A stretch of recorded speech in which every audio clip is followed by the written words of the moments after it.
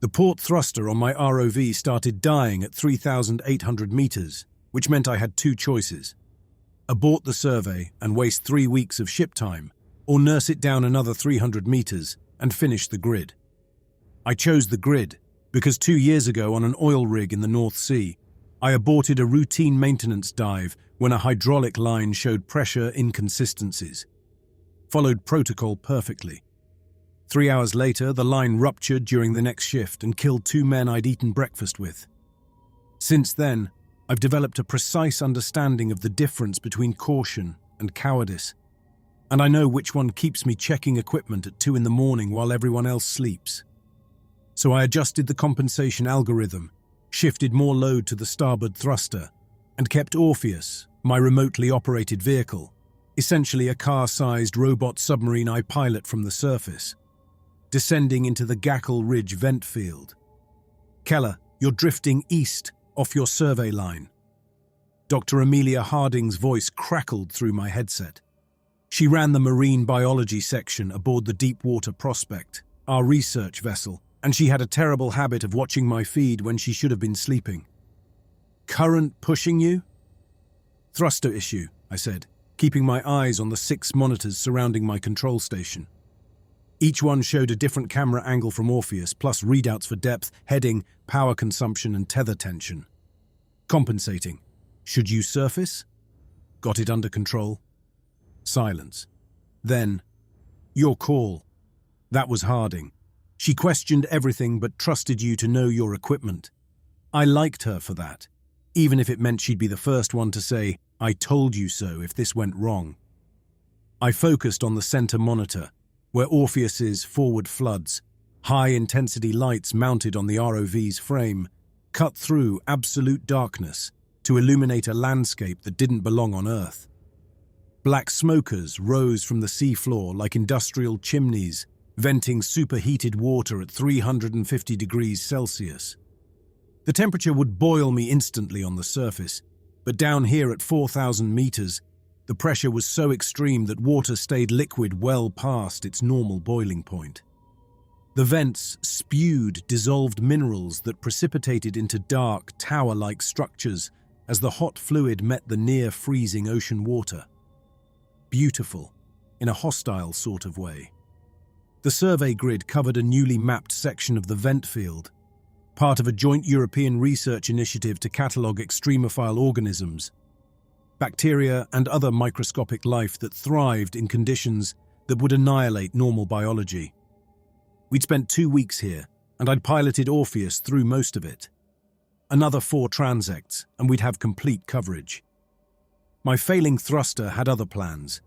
The port motor's RPM dropped again, a 15% loss I felt through the whole control system. Orpheus yawed right, sluggish. I corrected, but the compensation algorithm was hitting its limits. If I kept pushing straight, I'd burn out the starboard thruster, trying to balance the load. I checked my position. The survey line ran north-south through a relatively flat plain dotted with smaller vents. To my east, about 200 meters off course, a thermal map showed a narrow canyon cutting through a ridge. Tighter navigation, but the canyon ran roughly parallel to my intended track. I could thread through it, complete the transect from inside and surface with the data we needed.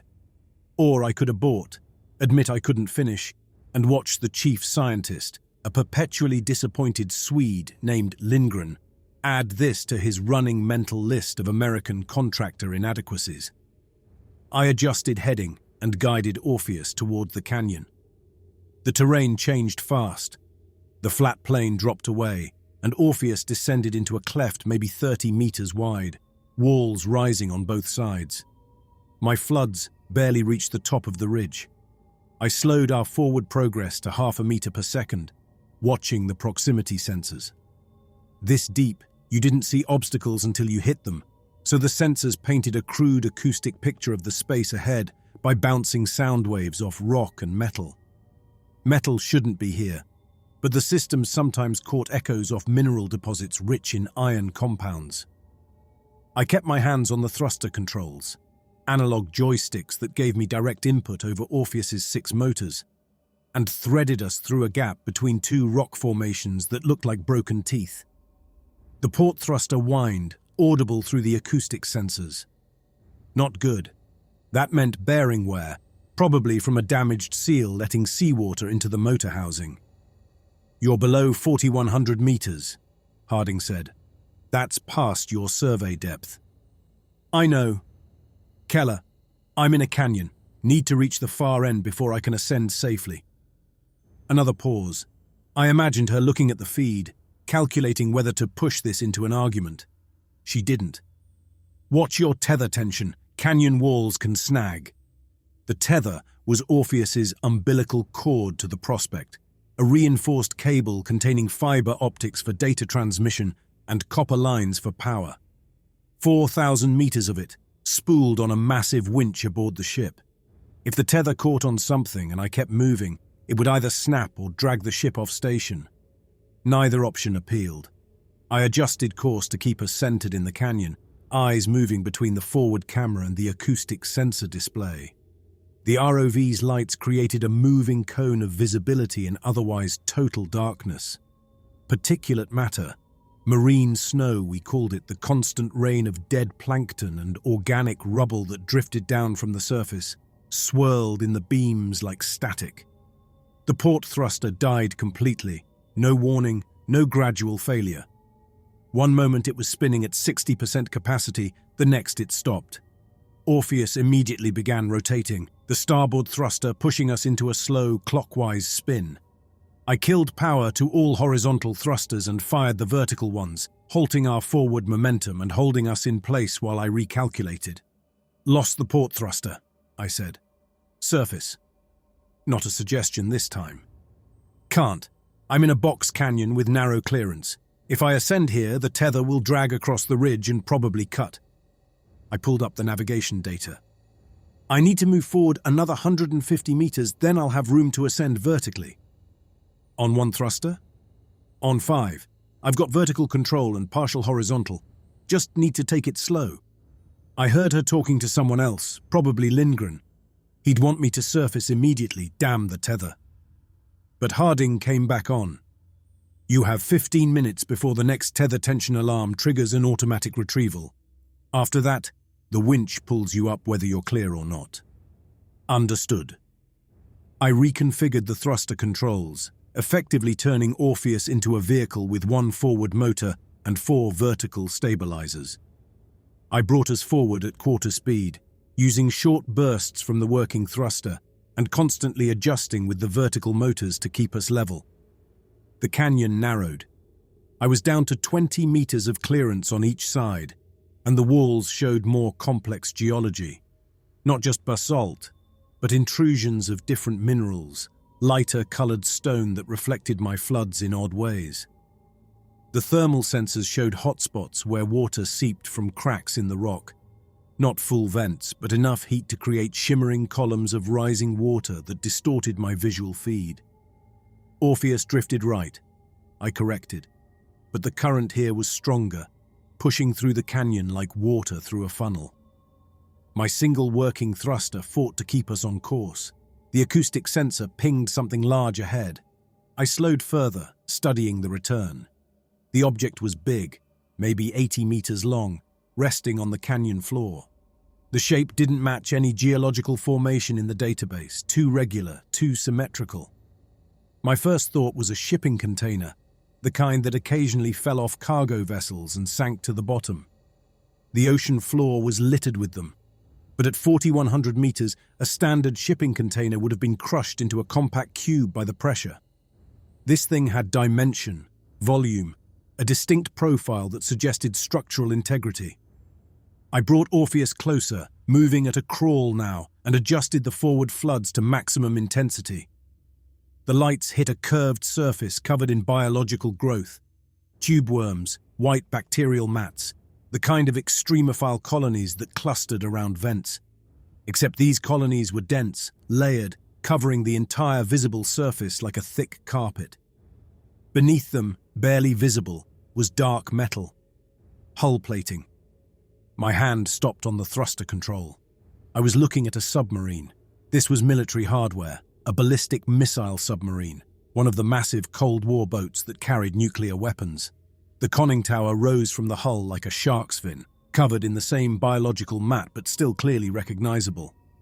Even obscured by decades of growth, I could make out the shape of the sailplanes, horizontal fins that extended from the tower.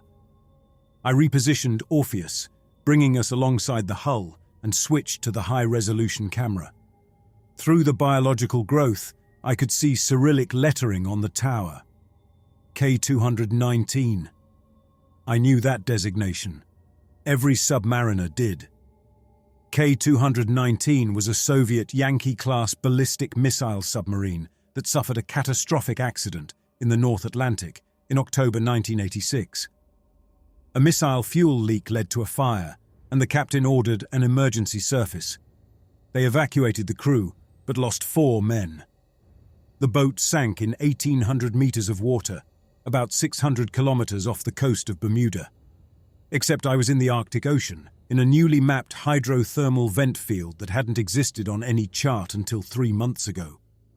And K-219 was resting at 4,100 meters, more than twice the depth where it supposedly sank, in water pressure that should have collapsed its hull like a tin can. But the hull wasn't collapsed. The pressure hull, the inner cylinder that protected the crew compartments, should have imploded at anything past 1,000 meters. Yet here it sat, externally intact, covered in biological material, but showing no signs of catastrophic structural failure. I moved Orpheus slowly along the length of the submarine, documenting. The external missile tubes were visible, 16 of them, the hatches closed. The hull showed corrosion, but not the deep pitting I'd expect from nearly 40 years underwater. The biological growth seemed to have protected it somehow, or integrated with it. I brought us to the stern, where the propeller should have been. Instead, I found a solid mass of tube worms and bacterial colonies so dense that they'd completely encased the propulsion system.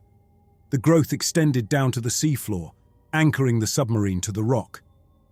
"Harding, you seeing this?" "I'm seeing it." Her voice was quiet. "That's impossible." "Which part?" "All of it. That submarine shouldn't be here, shouldn't be at this depth, and shouldn't be intact." A pause.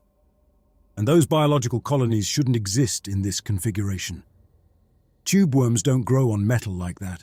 They need symbiotic bacteria in their root structures, and those bacteria need specific chemical compounds from the vent fluid. That submarine isn't near a vent."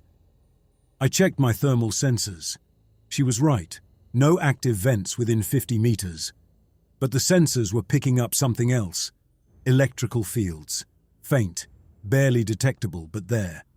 Active current flowing through the submarine's hull. "It has power," I said. "That's not possible. I'm looking at the readings right now. Something inside that hull is drawing current." I repositioned Orpheus, bringing us back toward the conning tower. "I'm going to check the forward section." I maneuvered carefully, using my remaining thruster to push us toward the bow. The forward hull showed the same dense biological covering, but here I could see places where the growth had penetrated the outer hull. Root structures from the tube worms extending through corrosion holes into the space between the outer and inner hulls. The organisms weren't just growing on the submarine, they were growing into it. I found an external hatch on the port side, one of the emergency access points used for diver entry when the sub was surfaced. The hatch was open. The locking wheel rotated to the unlocked position, as if someone had opened it from the inside. The hull had long since flooded, equalizing pressure. With an inward opening design, the hatch could be operated without catastrophic force. I brought Orpheus close, using the manipulator arm, a robotic appendage that extended from the ROV's frame, to clear some of the biological growth from the hatch. The metal underneath was corroded but intact. The locking mechanism showed signs of being operated. The wheel turned against its stops. I moved Orpheus up the conning tower, looking for other access points or viewports. Near the top of the sail, I found a small observation port. maybe 30 centimeters in diameter, with thick glass designed to withstand surface pressure when the sub was running at periscope depth. The glass was cracked, a spiderweb pattern radiating from the center, but still intact enough to be transparent. I positioned Orpheus directly in front of the viewport and adjusted my lights. Inside the conning tower, I could see faint illumination. Emergency lighting. The light was red, barely visible, but enough to make out shapes. A narrow corridor leading down into the hull, pipes and conduits along the ceiling, control panels on the walls, and movement. Something pale shifted in the darkness beyond my lights, moving from left to right across the viewport. It was there for maybe 2 seconds, just long enough for my camera to track it, then gone. My monitors flickered. All 6 screens went dark simultaneously. A complete loss of video feed that lasted, I checked the timestamp later, exactly 29 seconds. The audio stayed active, and I could hear Harding shouting my name, asking what happened. But I had no visual, no camera data, nothing but black screens and my own reflection in the dead monitors. Then the feeds returned, all at once, as if someone had flipped a switch. The viewport was empty. Whatever I'd seen was gone. Keller, what the hell was that? I stared at the monitors. The timestamp showed a gap, a clean cut in the data stream, missing time, as if Orpheus had stopped recording for half a minute and then resumed. Data glitch, I said. Probably interference from the electrical fields. But I didn't believe that. I'd been piloting ROVs for 8 years, first in offshore oil and now in research, and I'd never seen a glitch pattern like this. Equipment failures were messy, progressive. They didn't cut out cleanly and return perfectly. "Did you see anything in that viewport before you lost feed?" Harding asked. I hesitated. What I'd seen was fragmentary, barely enough to register as anything concrete.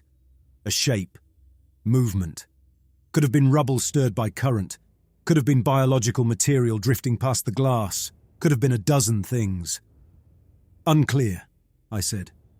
"Need to review the footage. Your 15 minutes are up. Surface now." I checked my position. I drifted forward during the power loss, and Orpheus was now clear of the canyon's narrow section. The acoustic sensors showed open water above, enough room to ascend vertically without snagging the tether. I initiated the ascent sequence, venting ballast and firing the vertical thrusters. Orpheus rose slowly, leaving the submarine behind, swallowed by darkness below my lights. But I kept my eyes on the rear camera, watching the conning tower recede, half expecting to see something emerge from that cracked viewport. Nothing did. 4 hours later, after Orpheus was secured on deck and I'd run diagnostics on every system, I sat in my workstation reviewing the video footage frame by frame. The moment before the glitch, my camera had captured a clear image through the viewport. I isolated the frame and enhanced it, bringing up the contrast and sharpening the resolution. Inside the conning tower, visible in the red emergency lighting, was a human figure, or something that had been human. The shape was too tall, too thin, with proportions that didn't match normal anatomy. But I could make out a head, shoulders, the suggestion of arms, and in the center of where a face should be, a single pale spot that might have been an eye reflecting my floods. The figure was facing the camera. I advanced to the frame after the glitch ended. The viewport was empty, the corridor beyond showing nothing but pipes and shadows. Whatever had been watching me was gone. I saved the enhanced image and labeled it for the survey report, then sat back in my chair and tried to decide what I'd actually seen. A corpse, dislodged by current? A reflection or refraction artifact in damaged glass? My own exhausted mind filling in patterns that weren't there? Or something that had been alive inside that submarine for nearly 40 years, sustained by whatever biology had integrated with the hull, waiting in the darkness at the bottom of the Arctic Ocean for someone to finally look inside. I closed the image file and began writing my report, choosing each word carefully, knowing that what I said next would determine whether we left K-219 undisturbed in its iron grave, or went back down to find out what was living inside. Lindgren wanted to leave it alone. "We're a research vessel, not salvage operators," he said, standing in the briefing room with his arms crossed. "The Norwegian authorities need to be notified. The Russians need to be notified. We document what we found and let the proper agencies handle recovery." Dr. Harding looked at him like he'd suggested abandoning a patient mid-surgery. "That submarine has active power and biological colonies that shouldn't exist at this depth. If we leave now, it could be months before anyone returns. By then, conditions could change. The organisms could die off. The structure could collapse. All excellent reasons for specialists to handle this, not us." I sat at the back of the room, watching the argument I'd known was coming since I filed my report.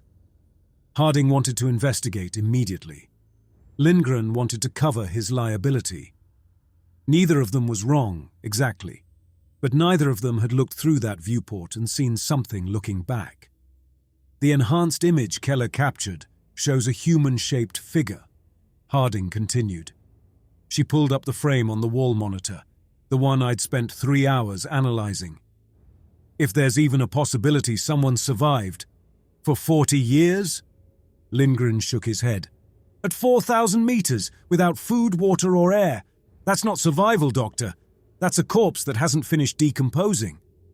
"Then we document a corpse, but we don't know what we're seeing until we examine it directly." She turned to me. "Keller, you think Angler can reach that depth?" Angler was our manned submersible, a titanium sphere with external manipulator arms and life support for 2 people. Rated to 4,500 meters, which gave us a 400-meter safety margin at the submarine's depth, in theory. "It can reach it," I said. "Whether it should is different." "Explain." I stood and walked to the monitor, pointing at the submarine's hull. "Those biological colonies are drawing nutrients from somewhere.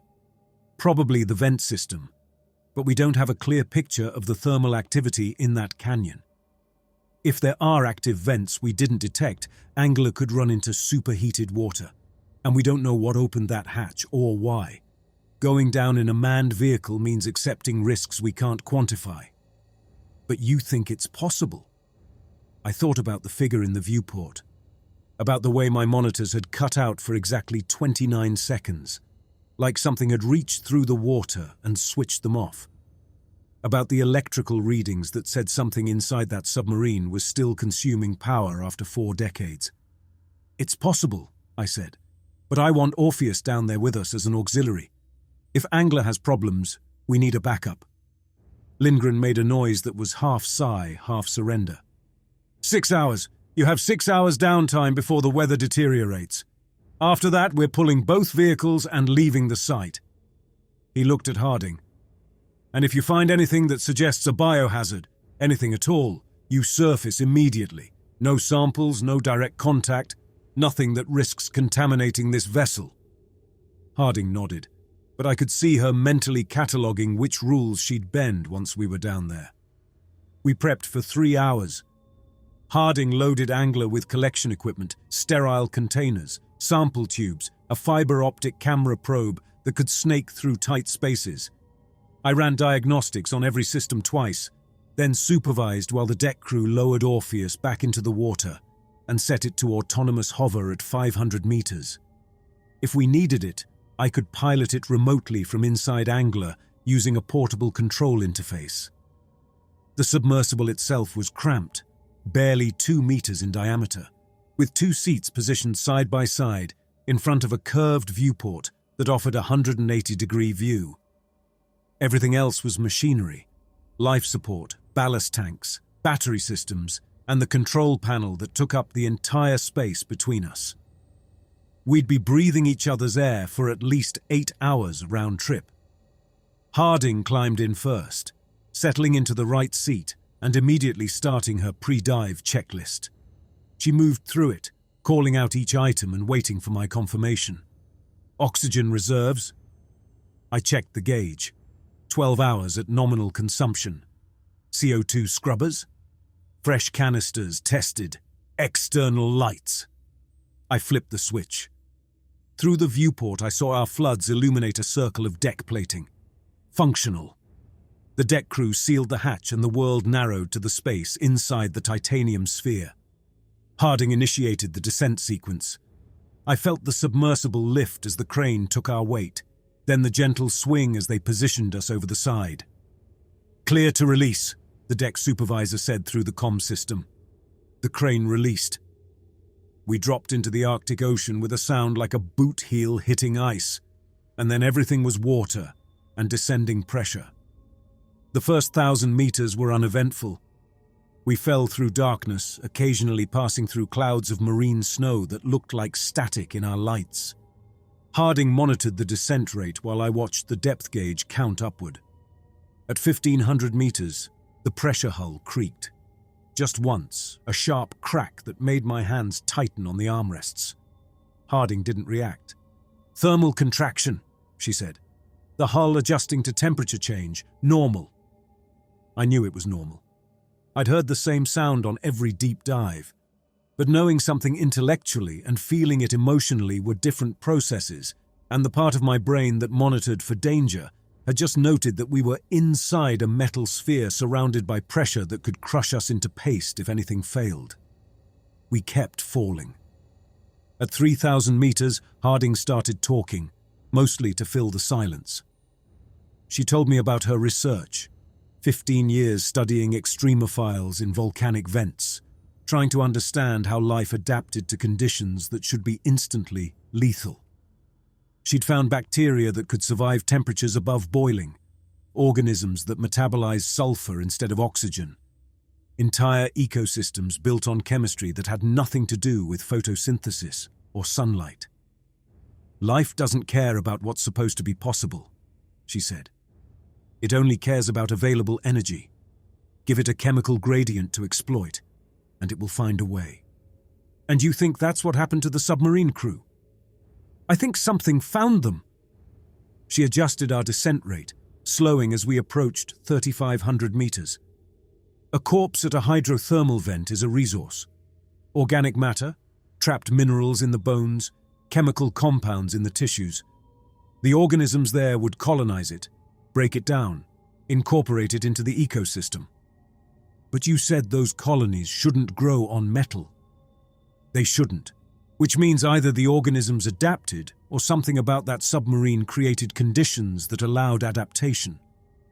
She pulled up a data screen showing the thermal readings from my ROV survey. "Look at this. No active vents within 50 meters of the hull, but there's a diffuse heat signature coming from inside the submarine. Not hot enough to be a vent, but warm enough to create a localized environment. If the nuclear reactor is still generating heat, the reactor would have achieved automatic shutdown when the boat lost power. Even if it didn't, the fuel would have decayed to inert material decades ago. Then something else is generating heat, or the organisms are through metabolic processes." She looked at me. "Either way, we're going to find out." At 4,000 meters, I activated Orpheus remotely, bringing it down from its holding position to meet us at the canyon entrance. The ROV's lights appeared below us, a steady glow that marked our destination. We descended into the canyon together, Angler leading and Orpheus following at a distance of 30 meters. The walls rose on either side, and I felt the space narrow around us. Not claustrophobia exactly, but an awareness of limited options. If something went wrong here, our only escape route was up through a gap barely wider than our submersible. The submarine appeared in our lights at 4,100 meters, exactly where I'd left it. But the biological colonies covering the hull had changed. During my ROV survey, they'd been dense and stationary, thick carpets of tube worms and bacterial mats. Now they were retracted, pulled back from the metal in places, creating patterns across the hull that looked almost deliberate. As our light swept over them, I saw movement. A slow, synchronized withdrawal, like skin pulling away from a touch. "They're responding to us," Harding said quietly. She leaned forward, her face nearly touching the viewport. "That's phototaxis. They're reacting to the light. Tube worms don't have eyes." No, but their symbiotic bacteria can detect electromagnetic radiation. They're photosensitive. She was already reaching for her camera, documenting the response. This is incredible. They're behaving like a single organism, not individual colonies. I brought Angler closer, moving slowly along the submarine's hull. Everywhere our lights touched, the biological material retracted, revealing metal underneath. Not just corroded steel. In some places, the hull plating looked altered. The surface texture changed to something porous and organic, as if the metal itself had been partially converted. "That's not corrosion," I said. "No, it's not." Harding adjusted her camera angle, zooming in on one of the modified sections. The organisms are integrating with the substrate, breaking down the metal and incorporating the minerals into their structure. She was quiet for a moment. "I've never seen anything like this. The metabolic requirements would be enormous. They'd need a constant energy source, something beyond normal vent chemistry." I remembered the electrical readings. "They have one." We maneuvered to the conning tower, where the open hatch waited. I positioned Angler directly in front of it, close enough to see inside the darkened corridor. The hatch opening was maybe a meter in diameter, too narrow for our submersible, but accessible to Orpheus or the fiber optic probe. "I'm deploying the camera," Harding said. She activated the probe system, a flexible fiber optic cable with a tiny camera and light at the tip, controlled by a joystick on her panel. The probe extended from a port on Angler's hull, snaking toward the open hatch like a mechanical tentacle. I watched on the monitor as the probe entered the submarine. The corridor beyond was flooded, but pockets of air remained, trapped against the ceiling in silvery bubbles that looked too stable, too long-lasting. The probe's light illuminated pipes and valves along the walls, all covered in the same biological mat we'd seen outside. The probe descended through the corridor, following it deeper into the hull. We passed through a sealed hatch that someone had manually opened, the locking wheel frozen in the unlocked position. Beyond it, the space widened into what looked like a control room, banks of instruments, panels with Cyrillic labels, and in the center, a chair. Someone was sitting in it. The figure was human-shaped but wrong in ways that my brain struggled to process. It sat upright, hands resting on the armrests, head angled slightly, as if looking at a display panel that no longer functioned. But the body had been incorporated. Tube worms grew from the chest cavity, their white tubes extending up through what remained of the rib cage. The head was partially encased in bacterial mat, leaving only the left side of the face visible, one intact eye, one cheek, part of a jaw. The chest moved, the obvious expansion and contraction of breathing, but a subtle rise and fall that suggested some kind of respiration was occurring. The tube worms themselves pulsed slightly, synchronized with that movement. "He's alive," Harding said. "That's not alive. That's... Look at the capillary response." She pointed at the monitor, where the visible skin on the figure's face showed color, a faint pinkness that meant blood flow. "There's active circulation. The organisms aren't just colonizing a corpse. They're maintaining it." I repositioned the probe, bringing it closer to the figure's face. The left eye was open, the pupil contracted against our light. A human eye, still responsive, still functional. It tracked the probe's movement as we approached, then focused directly on the camera. I stopped breathing for a moment. The eye wasn't just reacting to light or motion. It was looking at us with what appeared to be awareness. The pupil contracted further, adjusting, and the visible portion of the face changed slightly. The jaw muscles tensed, as if trying to move, to speak, but the biological growth covering the lower face prevented any actual movement. "Can he see us?" I asked. "I don't know, but his nervous system is functional enough to control eye movement." Harding adjusted the probe's position. "I need to get to the ship's log. It should be in a waterproof compartment near the navigation station." She guided the probe away from the figure in the chair, moving it deeper into the control room. I kept watching the monitor, watching that eye follow our camera until we moved out of its field of view.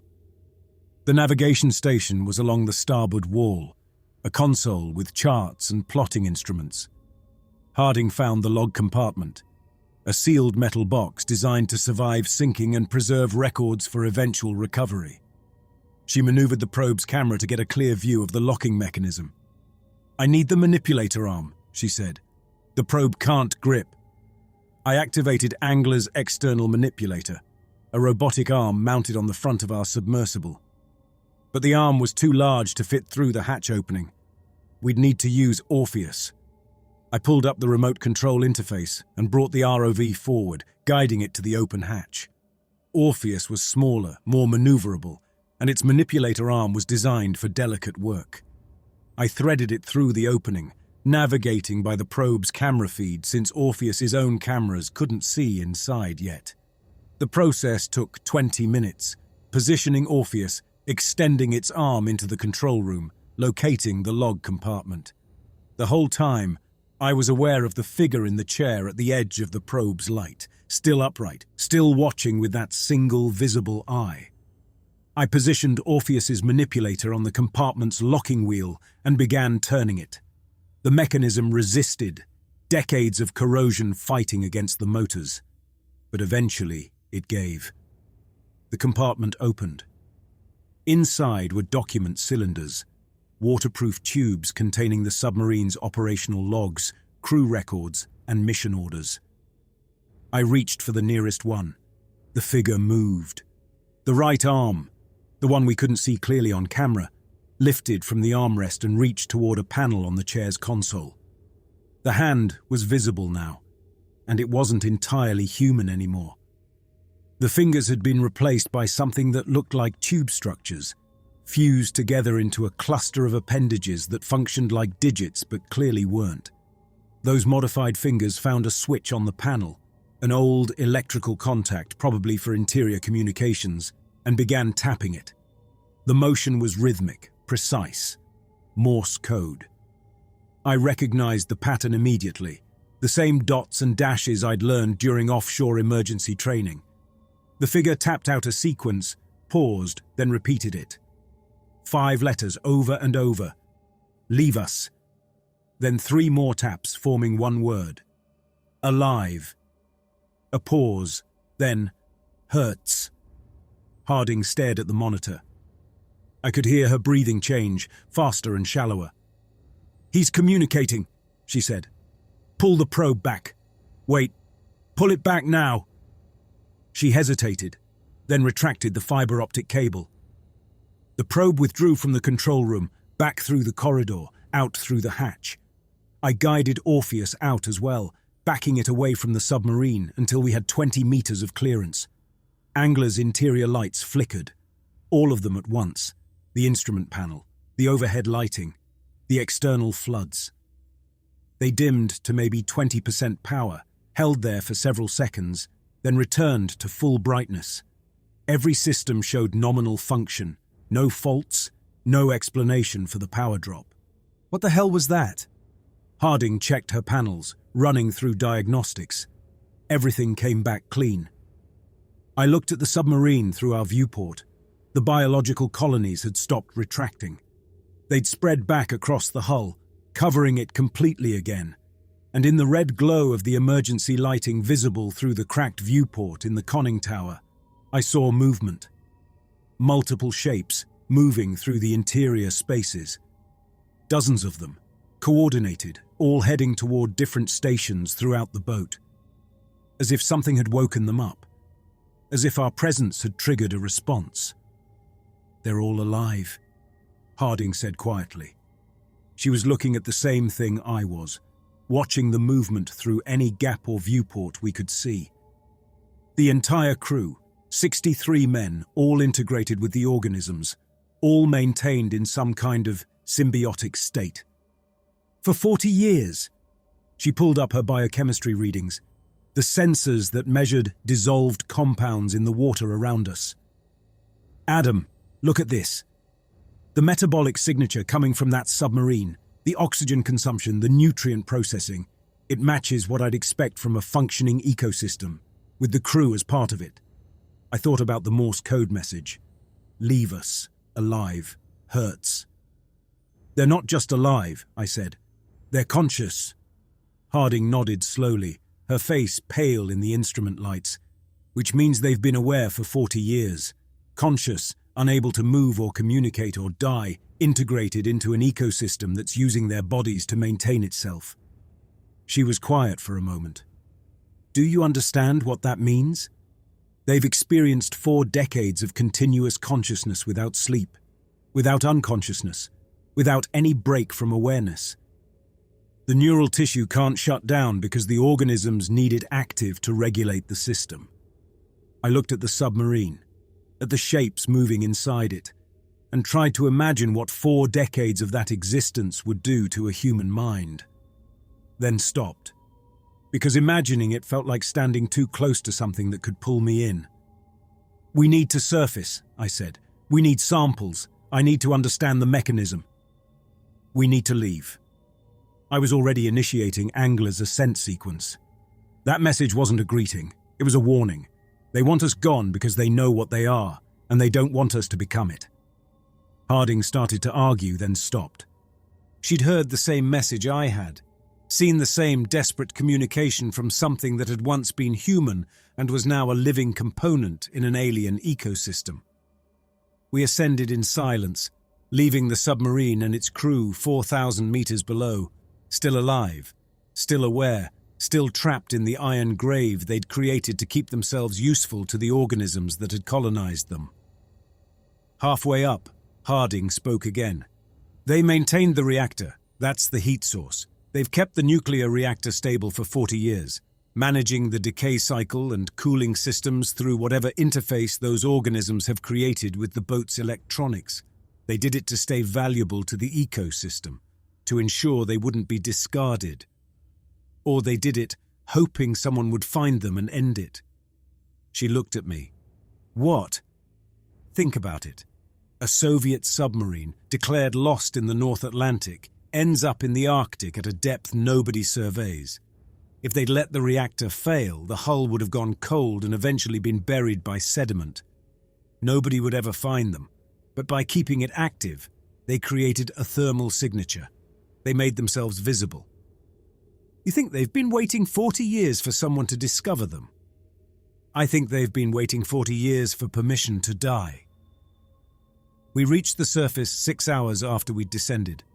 The deck crew pulled Angler aboard, unsealed the hatch, and I climbed out into Arctic air that felt clean and real. Lindgren was waiting. Well? I looked at Harding.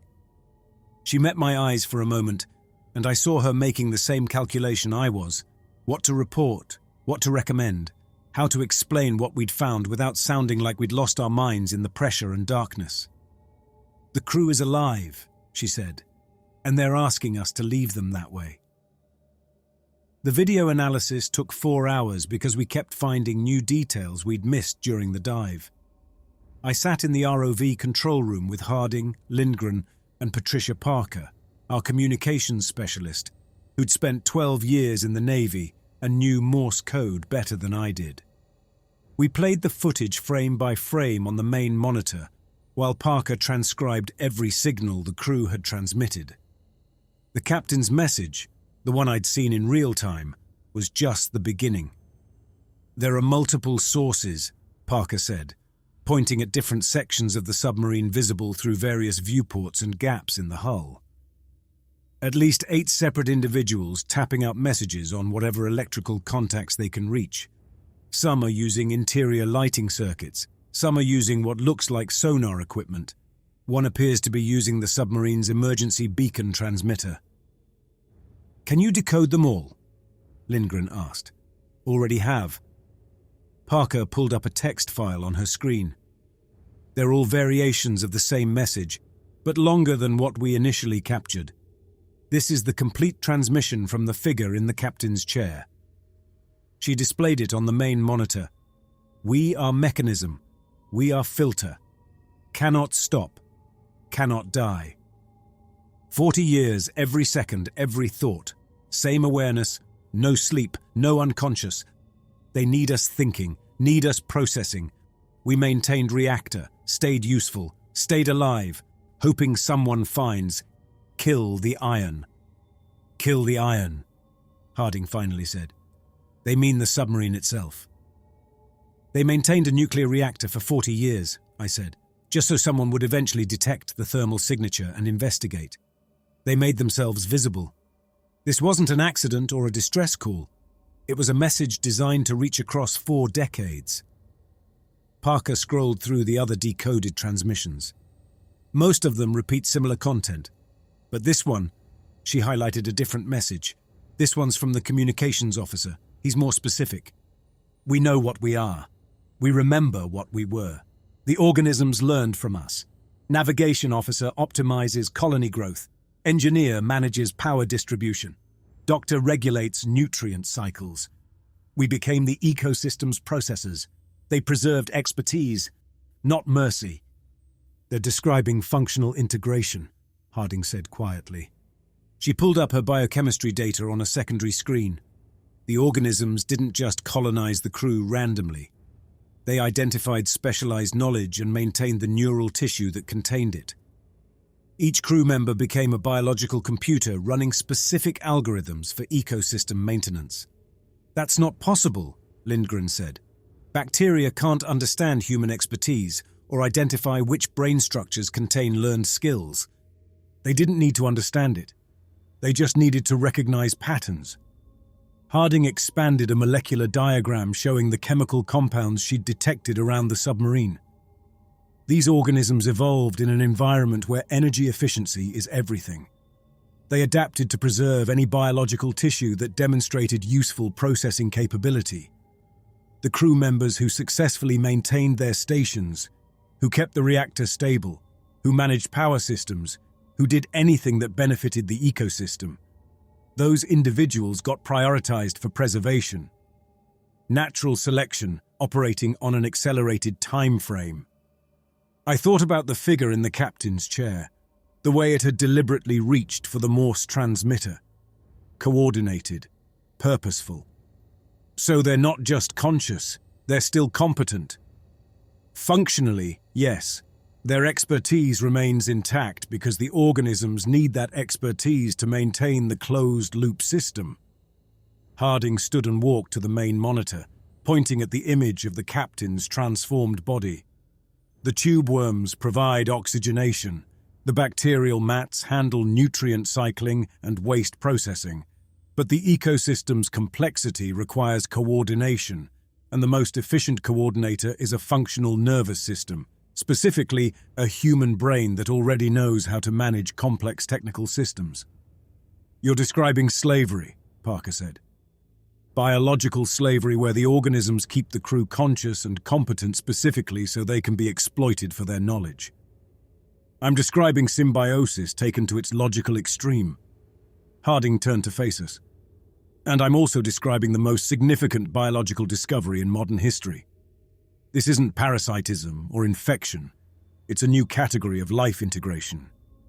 If we can understand the mechanism, the applications for medicine, for life support systems, for keeping people alive when they should be allowed to die.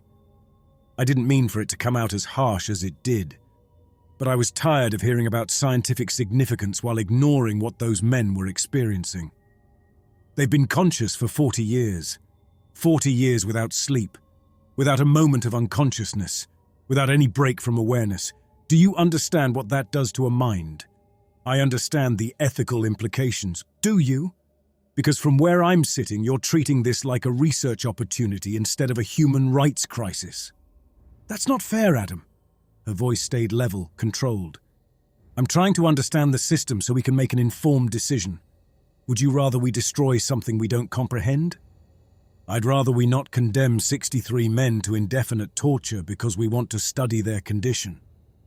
Lindgren held up a hand, stopping the argument before it escalated further. Enough. Both positions are valid, but neither addresses the practical reality. We don't have authority to destroy a Soviet naval vessel regardless of condition. We document what we found, we retrieve whatever data we can safely collect, and we report to the appropriate agencies. The Norwegian government, the Russian Federation, probably the UN, someone with actual jurisdiction makes the call about what happens next. How long will that take? I asked. Months, at minimum. International maritime law moves slowly. And meanwhile, those men stay down there. Yes. Lindgren looked at me, and I saw something in his expression that suggested he understood exactly what I was thinking. We gather data. We complete our documentation. Then we leave and let people who get paid to make impossible decisions make this one. Harding nodded slowly. I need more metabolic samples. I need to understand the nutrient cycle and the mechanism maintaining consciousness, and I need tissue samples if possible. Absolutely not, Lindgren said. No direct contact, no biological collection. You can take water samples from around the hull, you can document with cameras, but we're not introducing any potential contamination risk to this vessel. Then I need more observation time. At least another dive to... The ship's PA system crackled. Bridge to chief scientist. Weather update. Storm system approaching faster than projected. We have approximately 36 hours before conditions force evacuation. Lindgren swore quietly in Swedish. 36 hours. That gives us time for one more documentation dive, maximum. After that, we retrieve all equipment and clear the site. He looked at me. Can you prep Orpheus for a final survey run? I could. The question was whether I should. I spent the next 3 hours in the ROV control room, running diagnostics and planning the survey route. But my mind kept returning to those Morse code messages. Kill the iron. They'd maintained that reactor for 6 decades, an act of incredible discipline and coordination, specifically so someone would find them and have the means to end it. A reactor meltdown at that depth would be catastrophic. Not for the surface world, but for everything within a 5-kilometer radius of the submarine.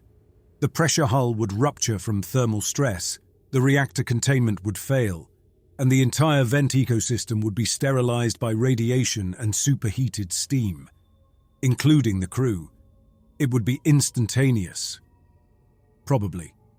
I didn't actually know what happened to a human nervous system when you flash-boiled it at 4,000 meters depth, but it had to be faster than 40 more years of consciousness without end. The desk phone rang, internal line from the communications center. Keller. We're receiving something through Orpheus's hydrophones on an old Soviet underwater telephone channel, Parker said. It's audio, not Morse. You should hear this. I left the ROV control room and headed 3 decks up to the comm center, a cramped space filled with acoustic consoles, hydrophone boards, and monitoring gear. Parker sat at the primary console, headphones on, adjusting frequency dials. It started about 10 minutes ago, she said, handing me a spare headset. Audio quality is terrible. The transmission is coming from 4,000 meters down via the hydrophones and Orpheus's acoustic link. Radio wouldn't carry at that depth, but this does. It's definitely voice. I put on the headset and listened. At first I heard only hiss and clicks, the ocean's own noise through the hydrophones, flow over the array, distant knocks. Then, underneath it, something structured. A voice, speaking in English with a heavy Russian accent, the words distorted by decades of equipment degradation and the brutality of long-range underwater acoustic transmission relayed up Orpheus's tether. Repeat for American vessel. This is Communications Officer Dmitry Antonov, service number. The numbers were unintelligible. K-219, Soviet Northern Fleet. We are aware you received our messages. We understand. Difficult to comprehend. We will explain. The transmission broke up for several seconds, then resumed. The organisms colonized us within hours of sinking. We felt them, entering through wounds, through mouths, through everywhere. We thought we were dying. We wanted to die, but they kept us functional, kept us processing. We learned they need active neural tissue to regulate colony. They preserved us because we were useful. Another pause, longer this time. When the voice returned, it sounded different, steadier, as if Antonov was focusing every fragment of remaining will into forming coherent speech. We made choice. Early on, first year, we could fight, try to damage our own brains, maybe force the organisms to let us die. But we maintained hope. Hope someone would find us. So we stayed, useful, kept reactor stable, kept systems online, made ourselves valuable to the ecosystem. 40 years of hope. I realized I was gripping the edge of the console hard enough that my fingers had gone numb. "Do you understand?" Antonov's voice continued. "Do you understand what it is to think the same thought for 40 years? I count seconds. That is my thought. I have counted 1,262,304,000 seconds since we sank. I cannot stop counting. The ecosystem needs my time awareness. So I count. Every second, every minute, every hour, 40 years. I count, and I am aware that I am counting, and I cannot stop being aware." The transmission deteriorated into noise again. Parker adjusted the filters, trying to maintain the signal. Other crew members have other thoughts. Navigation officer calculates optimal angles. Engineer runs load calculations. Captain manages coordination protocols. We each have our function and we cannot stop performing it because the organisms need us performing it. And they keep us conscious so we can perform it effectively.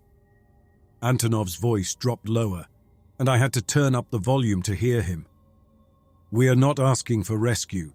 We are asking for termination. But we understand your position. You have laws, protocols, jurisdiction issues. You cannot simply destroy Soviet naval vessel. We understand, so we offer alternative." I leaned closer to the speaker.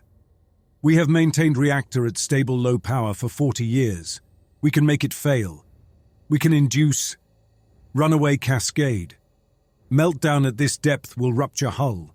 Kill everything within 5 kilometers, including us. It will be fast.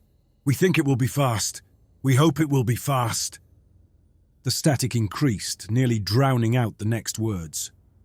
"But we need your permission. We need someone outside the ecosystem to confirm we are not alone in this decision. We need you to tell us, it is acceptable to die. Can you do this? Can you give us permission?" The transmission cut out completely. I sat in the comm center for several minutes after the signal died, trying to process what I'd just heard. Antonov had been counting seconds for 40 years without break, because the organisms needed his time-tracking capability to coordinate ecosystem functions. That was the horror. They were still themselves, still conscious, still performing their trained functions, still aware of every single second that passed. They hadn't been reduced to mindless biological components. They'd been preserved as fully functional human beings specifically so they could continue thinking, because thinking was what made them useful. Parker removed her headphones. "What are you going to tell them?" "I don't know. Lindgren will say document and report. Let the authorities decide. The authorities will take months, maybe years. Meanwhile, Antonov keeps counting. And if you help them cause a meltdown, you'll have destroyed a nuclear submarine and killed 63 people. That's not mercy, Adam. That's mass murder. Is it murder if they're asking for it? If they've been asking for it for 40 years? She didn't have an answer for that. I went back to the ROV control room and sat at my control station, staring at the monitors without really seeing them. The right decision was obvious. Follow protocol, document everything, let people with authority and legal expertise make the call. I was an ROV pilot, not a military officer or a medical ethicist. This wasn't my choice to make. Except it was. Because I was here, now, and the crew of K-219 had spent 6 decades maintaining their prison specifically, so someone like me would eventually find them and understand what they were asking for. I thought about the rig, about following protocol while 2 men died, about spending 2 years afterward wondering if I could have done something differently, something that violated procedure but might have saved them. This was different. This time, following protocol guaranteed suffering would continue. And breaking protocol meant taking responsibility for ending 63 lives, even if those lives were asking to be ended. The PA system crackled again. All personnel, weather update. Storm system has accelerated. We now have less than 20 hours before evacuation. Begin securing all external equipment. 20 hours. Less than that, actually, because we'd need time to retrieve Orpheus and prep the ship for departure. I pulled up the ROV's control interface and began the startup sequence. One final dive, Lindgren had said. One final documentation run. I could pilot Orpheus down to the submarine, gather more video footage, maybe attempt to retrieve the ship's log from that compartment we'd located. Or I could do something else. The reactor's cooling system was accessible from the exterior hull. Soviet Yankee-class boats had external maintenance panels designed for diver access when the submarine was surfaced. If I knew where to look, and I did, from my time on oil rigs working with similar high-pressure cooling systems, I could identify the fail-safe controls that kept the reactor from achieving runaway thermal cascade. And Orpheus's manipulator arms were fully capable of operating those controls. All I needed was 15 minutes inside the reactor compartment, access I could gain through the open hatch the crew had already prepared for us. They'd been planning this, preparing for this, for however long they'd been aware that someone might eventually find them. They'd done everything except the final act. They just needed someone on the outside to confirm they weren't alone in the decision. To witness, to grant permission. I looked at my monitors and thought about Antonov counting seconds. 1,262,304,000. Each one conscious, aware, endless. My desk phone rang. Keller, this is Harding. I'm prepping for the final dive. How long until Orpheus is ready? I could say 2 hours, maybe 3. Tell her the ROV needed additional diagnostics. Buy myself time to think this through properly. Or I could do what I'd been trained to do. Follow procedure, complete the mission, let someone else make the hard calls. But I kept hearing Antonov's voice asking if I understood what it meant to think the same thought for 40 years. And I realized that understanding something and witnessing it were different responsibilities. I'd seen what the crew had become. I'd heard them communicate. I'd watched them coordinate their final request through a dozen separate communication systems they'd kept operational for 6 decades. They weren't asking me to kill them. They were asking me to confirm that they existed, that their suffering was real, and that ending it was an acceptable choice. 3 hours, I told Harding. I need to replace a servo motor in the starboard manipulator arm. We don't have 3 hours. The storm, then we don't make another dive. We secure what we have and evacuate. Silence on the line. Then, you're suggesting we leave them? I'm suggesting we don't have time to do this safely. More silence. I could hear her breathing, making calculations. I'll talk to Lindgren, she finally said.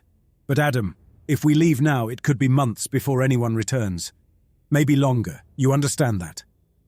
I understood perfectly. After she hung up, I sat at my control station and watched the storm data update on the weather monitor. The front was moving fast, driven by Arctic winds that would turn the ocean surface into something impossible to work in. We had maybe 18 hours, probably less.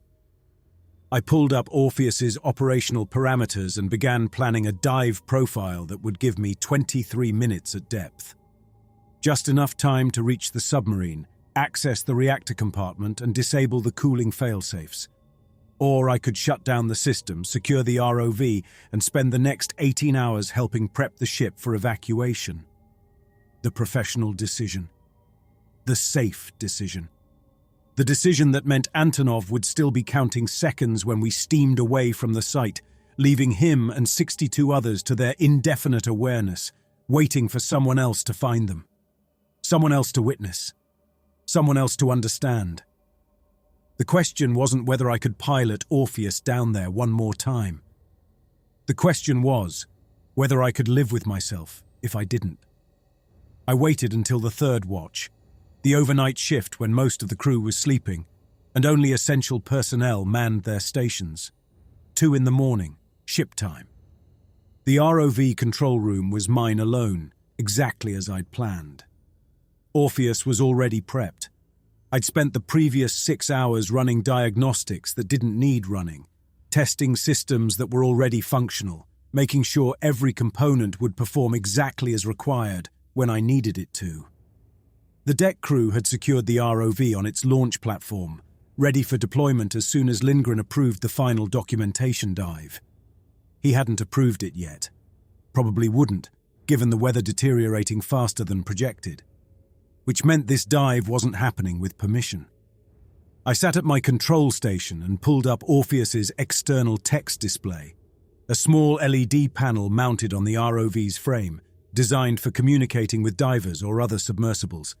I typed a message, reviewed it twice, then queued it for transmission once the ROV reached depth. Will it hurt? Simple question. Direct. I initiated the launch sequence. The winch activated with a grinding sound that seemed too loud in the quiet ship, but nobody came to investigate. The deck was empty, everyone either sleeping or focused on storm preparation. Orpheus lifted off its platform and swung out over the side, descending into darkness. The descent took 90 minutes. I monitored every meter, watching the depth counter climb while mentally reviewing the procedure I'd memorized from the reactor schematics I'd accessed earlier. Soviet Yankee-class boats used a closed-loop cooling system with 3 redundant fail-safes, mechanical pressure valves, electronic flow sensors, and manual override controls accessible from exterior maintenance panels. Disable all 3, and the reactor would begin heating beyond design parameters. At that depth, with nowhere for the thermal energy to dissipate safely, cascade failure was inevitable. I'd done similar work on oil rigs, maintaining high-pressure systems that required exactly this kind of careful manipulation. The procedures were nearly identical. I knew how to make a cooling system fail. At 3,000 meters, my desk phone rang. I let it ring 4 times before answering. "Keller, what the hell are you doing?" Harding's voice, tight with anger and something else. Concern, maybe. "Someone just told me Orpheus is deployed. Final documentation run. Thought I'd use the quiet time." "Without authorization?" Adam, Lindgren explicitly said, "Lindgren said we don't have time for another dive. He was right, which means this is our last chance to gather data before we abandon the site for however many months it takes for bureaucrats to decide what to do." "You're lying. You're not gathering data, you're..." She stopped. "You're going to help them." I didn't answer. "Adam, listen to me. If you do this, you're committing an act that will follow you for the rest of your career. There's no coming back from destroying a nuclear submarine and killing 63 people regardless of why you did it. Do you understand that? They're already dead, Amelia. They've been dead for 40 years. Their bodies just haven't figured it out yet. That's not your determination to make. Then whose is it? The Norwegian government? The Russian Federation? How long do we make them wait while lawyers argue jurisdiction?" I kept my eyes on the depth gauge. 3,800 meters. Antonov has counted 1,891,000,000 seconds. How many more should he count while we follow procedure? Silence on the line. Then quietly, "What you're describing is euthanasia without consent documentation, without psychiatric evaluation, without any of the safeguards we've developed to prevent exactly this kind of decision being made by one person in isolation. They've been asking for 40 years. That's pretty clear consent. From individuals experiencing continuous trauma who may not be capable of rational decision-making. Adam, you're not a doctor, you're not qualified to determine their mental competency. I'm qualified to recognize suffering, and I'm the only person here willing to act on it." Another pause. When she spoke again, her voice had changed. "If you do this, I'll have to report it. I'll have to file a formal complaint and testify to exactly what you did. Your career will end. You could face criminal charges, destruction of military property, unauthorized operation of research equipment, Possibly manslaughter, depending on how prosecutors want to frame it. I know. I checked the depth gauge. 400 meters. But I also know what it feels like to follow procedure while people die. I did that once. I'm not doing it again. I heard her breathing on the other end of the line, making calculations I couldn't track. How long until you reach the submarine? She asked. 8 minutes. Then you have 8 minutes to reconsider. She hung up. I kept piloting Orpheus down through the darkness, past the point where I could still claim this was just a documentation run, past the point where I could turn back and pretend I'd never intended to go through with it. The canyon walls appeared in my floods at 4,100 meters, and I threaded the ROV through the narrow gap where I'd discovered K219 4 days earlier. The submarine was waiting. The biological colonies covering the hull had retracted completely, pulling back to reveal bare metal underneath.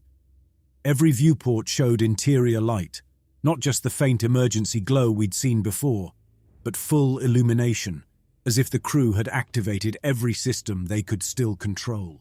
The submarine looked almost alive in my floods, a massive creature made of steel and purpose. I positioned Orpheus in front of the conning tower viewport and activated the external text display. Will it hurt? 30 seconds passed. Then through the cracked glass, I saw movement. A figure approached the viewport, not the captain this time, but someone else, someone whose face was less integrated with the biological growth. One eye visible. Antonov, I realized, the communications officer. He looked directly at the camera. Then he moved to an interior panel and began tapping out a response on what looked like a signal light. Short flashes, long flashes, Morse code visible through the viewport. We don't know, but we have been hurting 40 years. This is fast. I felt something in my chest that wasn't quite relief and wasn't quite grief, just acknowledgement. They understood what I was offering, and they were accepting it with the same clarity they'd maintained through 6 decades of consciousness. I typed another message. Beginning now. I piloted Orpheus to the open hatch on the port side and maneuvered through it, entering the submarine's flooded interior. The corridors were narrow, barely wide enough for the ROV, and every surface was covered in biological material that pulsed slightly as I passed, the organisms responding to my presence, my movement, my lights. I navigated by the maps I'd studied, following the path to the reactor compartment. The crew helped. As I approached sealed hatches, they opened from the inside. Figures I couldn't quite see clearly in the darkness, reaching with their transformed hands to operate locking mechanisms and clear my path. They'd been preparing for this, coordinating their movements, ensuring I'd have unobstructed access to the reactor systems. The reactor compartment was deep in the hull, past the crew quarters and control spaces. I reached it 6 minutes after entering the submarine. The compartment was larger than the corridors, maybe 4 meters across, with the reactor itself enclosed in a cylindrical housing covered in pipes and monitoring equipment. The cooling system ran along the starboard wall, exactly where the schematics had shown it would be. I extended Orpheus's manipulator arm and began working. First failsafe. Mechanical pressure valve, designed to open automatically if coolant pressure exceeded safe parameters.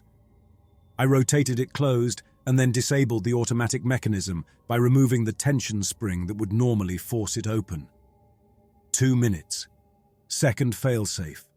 Electronic flow sensor that would trigger an alarm and automatic shutdown if coolant circulation dropped below minimum threshold.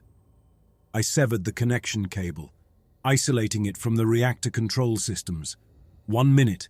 Third failsafe. Manual override panel with physical switches that could restore coolant flow, even if the other systems failed.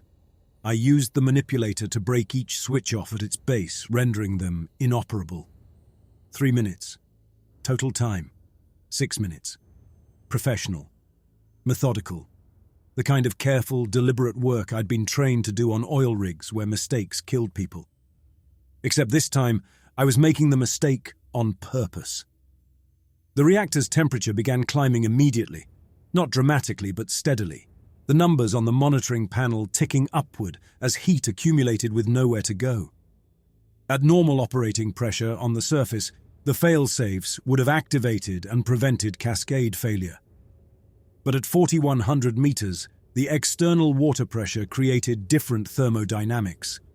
The heat would build faster, the structural materials would fail sooner, and the whole system would achieve runaway cascade in, I calculated quickly, about 23 minutes.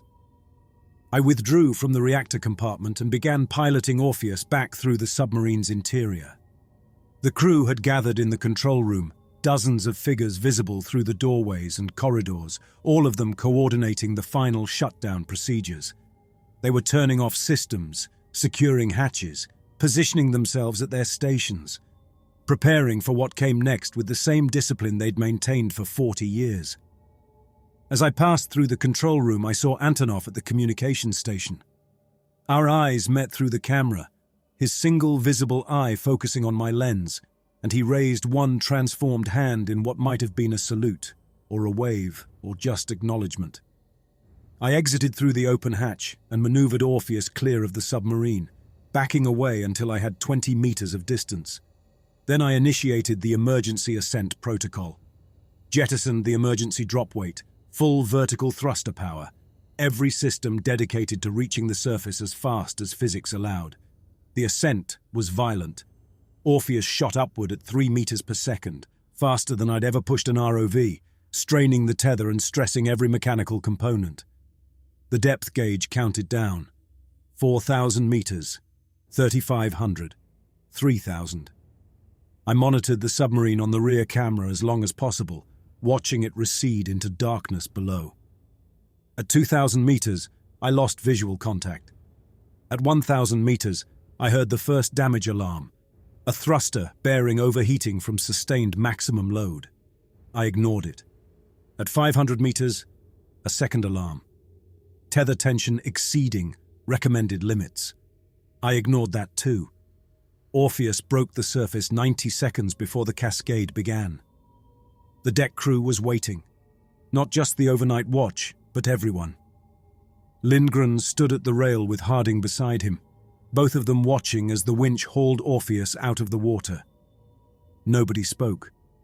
They just watched me, and I watched them, and we all understood exactly what had just happened. I sat at my control station and waited.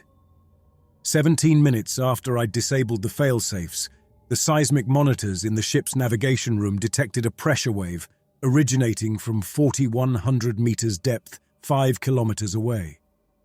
The wave propagated through the water at 1,500 meters per second, reaching us as a barely perceptible vibration through the Prospect's hull. The reactor had achieved runaway cascade. The thermal shock had ruptured the pressure hull. The submarine was gone, and so was its crew. Nobody said anything for a long time.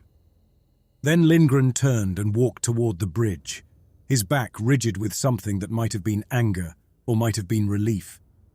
Harding stayed at the rail, looking out at the dark water where K-219 had been.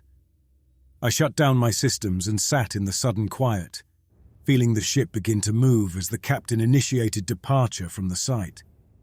We'd be gone before dawn, putting distance between ourselves and what I'd done. My desk phone didn't ring. Nobody came to the control room. I was alone with the decision I'd made and the 63 lives I'd ended, or saved. I wasn't sure which word applied.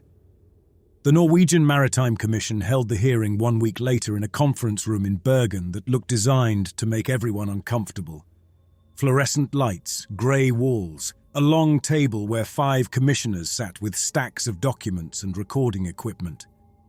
Lindgren testified first, walking them through the discovery, the documentation dives, the evidence of biological integration.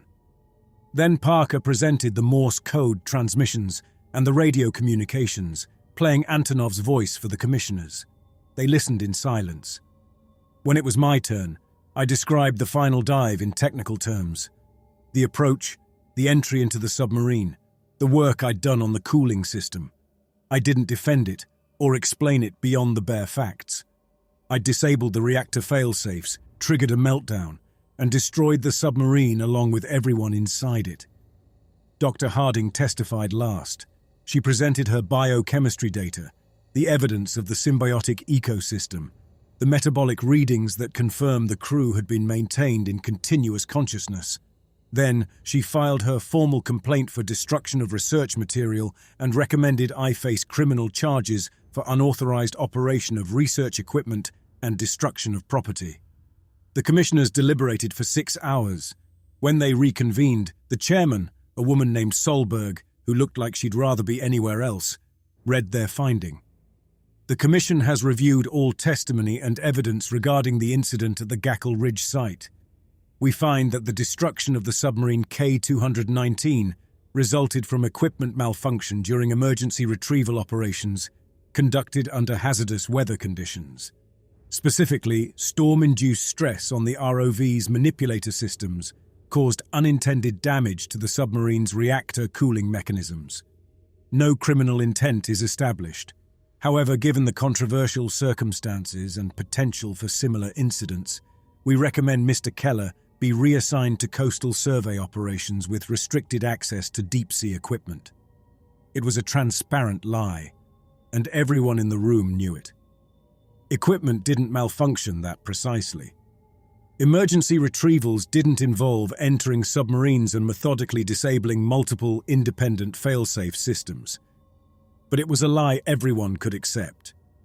The Norwegian government avoided prosecuting an American contractor for what could be argued was a mercy killing. The Russian Federation avoided admitting they'd lost track of one of their ballistic missile submarines and left the crew to suffer for 40 years. The international scientific community avoided wrestling with the ethical implications of what those organisms had done to human consciousness. And I avoided prison. Harding caught me in the hallway afterward. "That was a gift. You understand that?" "I understand. They could have destroyed you. They chose not to because nobody wanted this to become public. Do you regret it?" I thought about Antonov counting seconds, about the captain reaching for the Morse transmitter with hands that weren't quite hands anymore, about 63 men who'd maintained hope for 6 decades that someone would eventually understand what they were asking for. "No," I said. She nodded slowly. "Neither do I, but I had to file the complaint. You know that." "I know." She walked away, and I never saw her again. 3 months later, I was training a new ROV pilot in a harbour in Tromsø, teaching her the basics of manipulator control and emergency protocols, when a package arrived. No return address, just my name and the harbour master's office as the destination. Inside was a single photograph. 63 men standing on the deck of a submarine, all of them young and alive and smiling at the camera. The image was old, printed on film that had faded slightly with age. On the back, someone had written in Russian. A separate sheet of paper provided a translation. "Sometimes the bravest thing is to let go." A second document was included. A declassified fragment from a 1991 joint underwater survey mission conducted by the Russian Navy and Norwegian Institute of Marine Research. The fragment mentioned detecting thermal anomalies in the Gackle Ridge system, consistent with a sunken vessel. Investigation was deemed not advisable given uncertain political climate and resource constraints. I kept the photograph in my workshop, mounted on the wall above my primary control station, where I could see it while working. The new pilot asked about it once, and I told her it was the crew of a Soviet submarine I'd found during a deep-sea survey. I didn't tell her the rest. Some things you carry alone. I trained new pilots for the next 2 years, teaching them the technical skills they'd need, but also something else, something harder to quantify. I taught them to trust what they found, to believe what things told them about themselves, even when those things seemed impossible or contradicted accepted understanding. If you see something that shouldn't exist, I told each class, don't assume you're wrong. Assume the world is stranger than your training prepared you for. Most of them nodded politely and forgot the advice within a week. A few understood. Those were the ones who became good at the work, who learned that operating at the edges of human exploration meant accepting that sometimes the machinery we build to preserve life becomes the prison we can't escape. One morning in early November, I was conducting a routine harbour survey, piloting a small ROV through shallow water near the commercial docks. Basic work, uncomplicated, the kind of thing I could do half asleep. My camera feed showed silty bottom, scattered rubble, the occasional fish. Then something pale moved across the frame.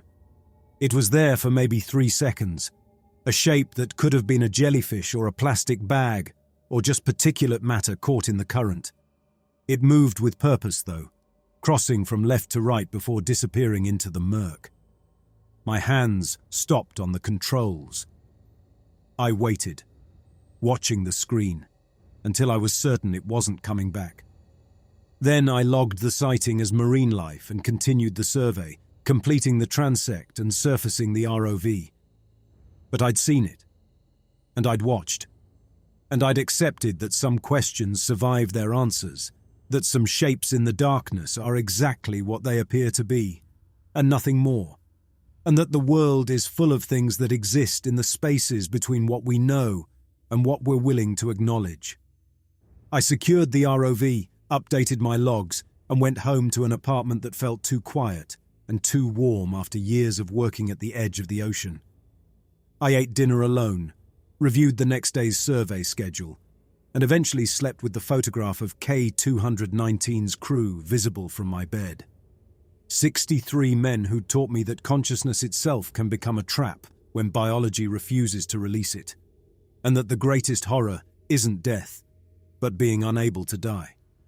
Sometimes I still think about Antonov counting seconds, about whether he stopped, or if the thought continued even as the reactor ruptured and the pressure hull failed and the water flash-boiled around what remained of his nervous system. I hope it was fast. I hope they felt relief before they felt anything else.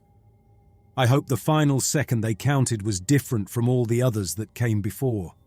Not just another number in an endless sequence, but the last one. The one that meant it was over. But I don't know. I'll never know. What I do know is this.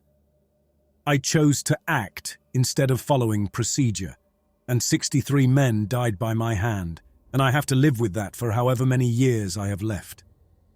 Some people would call it murder. Some would call it mercy. I call it the only choice I could make, and still recognize myself afterward.